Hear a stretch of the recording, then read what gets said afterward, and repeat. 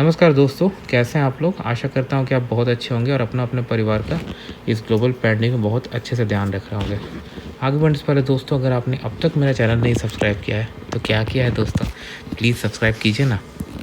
तो दोस्तों, आज के इस वीडियो में मैं आपको ओंटारियो कनाडा में जो इमरजेंसी रूम का प्रोसेस होता है उसके बारे में डिस्कस करूँगा, आपको कि आप क्या एक्सपेक्ट कर सकते हो और क्या क्या वहाँ पर होता है। सबसे पहले तो कुछ केसेस ऐसे होते हैं जिसमें इमीडिएट ट्रीटमेंट चाहिए होता है। जैसे मान लीजिए किसी का रोड पे एक्सीडेंट हो जाए, किसी को आप फायर से रेस्क्यू करो। ऐसे केसेस में वो लोग जब हॉस्पिटल पहुँचते हैं तो उनका इलाज ऑलमोस्ट इमीडिएटली मतलब जंप ऑन स्टार्ट हो जाता है। लेकिन अदर केसेस में जब आप ड्राइव करके या टैक्सी से जाते हो तो पहला स्टेप होता है असेसमेंट का, जिसमें ट्रायज बोलते हैं, जिसमें कि एक रजिस्टर्ड नर्स आपको देखती है कि आपकी उस समय हालत क्या है। वो आपके वाइटल्स चेक करेंगे, वो आपके क्वेश्चंस पूछेंगे, उसके बेसिस पे वो असेसमेंट करेंगे। तो असेसमेंट पे वो ये डिटरमाइन करेंगे कि आपको कितनी जल्दी ट्रीटमेंट चाहिए और क्या करना है। बहुत सारे केसेस में होता है कि बहुत माने उनको इमीडिएट चाहिए होता है तो इमीडिएट ही भेज दिया जाता है। आईसीयू में भी रेफ़र किया जाता है, बहुत कुछ वो आपका सिचुएशन देखकर वहाँ पर होता है।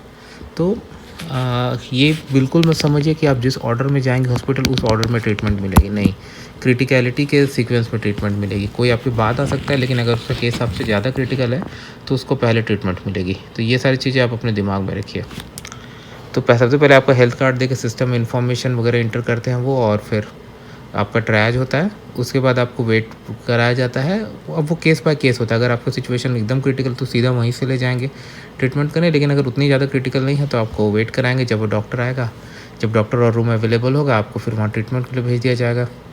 इस तरह से होता है। ये काफ़ी ज़रूरी है और हिसाब से यहाँ पे होता है। आप ये हमेशा मैं रिकमेंड करता हूँ अपने प्राइवेट इंश्योरेंस का लेके चलिए, क्योंकि मान लीजिए आपको प्रिस्क्रिप्शन दे दी जाए तो मेडिसिन्स तो आपको खरीदने होंगे ना, जहाँ पे प्राइवेट इंश्योरेंस कवर करता है।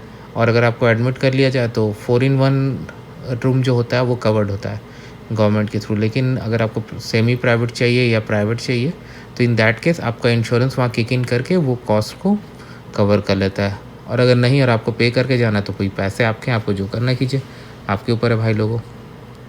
तो इस तरह से आप ये सिचुएशन को हैंडल कर सकते हैं। तो अभी के लिए दोस्तों इतना ही। अगर आपको कोई भी डाउट हो, कुछ भी हो, आप पूछिए मुझे। वीडियो देखने के लिए धन्यवाद।